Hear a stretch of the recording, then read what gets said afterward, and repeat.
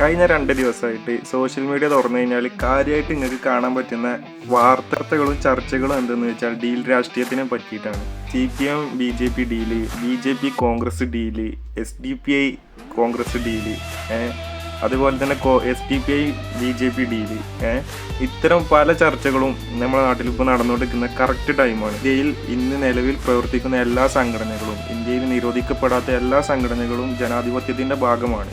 Election അല്ലാത്ത സമയത്ത് ഇത്തരം SDPI RS പോലത്തെ പാർട്ടികളെയാണ് വർഗീയ ചേരികൾ എല്ലാവരും കണക്കാക്കപ്പെടുന്നത്. അപ്പോൾ ഇത്തരം പാർട്ടികളെ ഇലക്ഷൻ അല്ലാത്ത സമയത്ത് എല്ലാവരും കുറ്റപ്പെടുത്തുകയും അകറ്റി നിർത്തുകയും എന്താ പറയുക ജനാധിപത്യത്തിന് ഭൂഷണമല്ല എന്നൊക്കെ പറയുമെങ്കിലും ഇലക്ഷൻ വരുമ്പോൾ ചില പ്രത്യേക സാഹചര്യത്തിൽ ഇത്തരം ആൾക്കാരെ വോട്ട് വേണ്ട എന്ന് പറയാനുള്ള ചങ്കൂറ്റം നമ്മളെ മുഖ്യധാര രാഷ്ട്രീയ പാർട്ടികൾക്ക് ഒന്നുമില്ല, ഒരു പാർട്ടിക്കും ഇല്ല എന്നുള്ളതാണ് വാസ്തവം.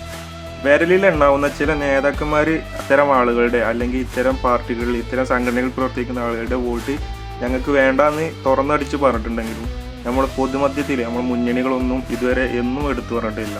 ഉപതെരഞ്ഞെടുപ്പുകൾ നടന്നപ്പോൾ ആ ഏരിയയിൽ മുൻതൂക്കം കിട്ടിയിരുന്ന പാർട്ടിക്ക് ഇത്തരം സംഘടനകൾ സപ്പോർട്ട് കൊടുക്കുമ്പോൾ ആ പാർട്ടികളെ വർഗീയവാദികളാണെന്നും വർഗീയ സംഘടനകളാണെന്ന് ചുമത്തുകയും അതൊക്കെ കഴിഞ്ഞ് നേരെ മെയിൻ ഇലക്ഷനിലോട്ട് വരുമ്പോൾ ചില സ്ഥലത്ത് സ്വാധീനം കിട്ടുന്ന ഇടങ്ങളിൽ ഇത്തരം പാർട്ടികൾ ഇവർക്ക് സപ്പോർട്ട് കൊടുക്കുമ്പോൾ അതിനെ എതിർത്ത് പറയാതെ അന്നേരം മൗനം പാലിച്ച് ഇലക്ഷൻ കഴിഞ്ഞിട്ട് ഇത്തരം പാർട്ടികളെ കുറ്റം പറയുന്ന ഒരു പൊതു നിലപാടാണ് നമ്മുടെ നാട്ടിൽ വർഷങ്ങളായിട്ട് കണ്ടുവരുന്നത്. ഞാൻ ചിന്തിക്കുന്നത് അതല്ല, ഈ ഇലക്ഷൻ വരുമ്പോൾ ഈ പറയുന്ന ഈ വർഗീയ ചേരിയിൽ നിൽക്കുന്ന അല്ലെങ്കിൽ വർഗീയ കാഴ്ചപ്പാടിലൂടെ പ്രവർത്തിക്കുന്ന ഇത്തരം സംഘടനകൾക്ക് ഈ SDPI RS പോലത്തെ അവർക്ക് സ്വതന്ത്രമായിട്ട് പ്രവർത്തിച്ചുകൂടെ?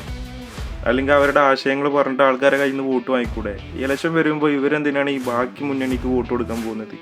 അതേപോലെ തന്നെ ഈ ഇവരുടെ വോട്ട് വാങ്ങുന്ന പ്രധാന മുന്നണികളായ LDF UDF പോലത്തെ സംഘടനകൾക്കും ഇവരുടെ വോട്ട് വേണ്ടെന്ന് ശക്തമായിട്ട് എടുത്ത് പറഞ്ഞുകൂടെ? എൻ്റെ വീഡിയോ കാണുന്ന സുഹൃത്തുക്കളോടാണ്, നിങ്ങളെ അഭിപ്രായത്തിൽ നമ്മളെ നാട്ടിൽ ശക്തമായ നിലപാടെടുത്തിട്ട് ശക്തമായ കാഴ്ചപ്പാടോടുകൂടി അല്ലെങ്കിൽ ഇത്തരം വർഗീയ സംഘടനകളെ എതിർത്തുകൊണ്ട് ശക്തമായ ഉറച്ച നിലപാടെടുത്ത് പ്രവർത്തിക്കുന്ന ഏതെങ്കിലും രാഷ്ട്രീയ പാർട്ടിയും അതുപോലെ തന്നെ അവരുടെ നിലപാടുണ്ടെങ്കിൽ നിങ്ങളൊന്ന് കമൻറ്റിലൂടെ അറിയിക്കട്ടോ. നമുക്ക് അടുത്ത വീഡിയോയിൽ അതൊന്ന് ചർച്ച ചെയ്യാം.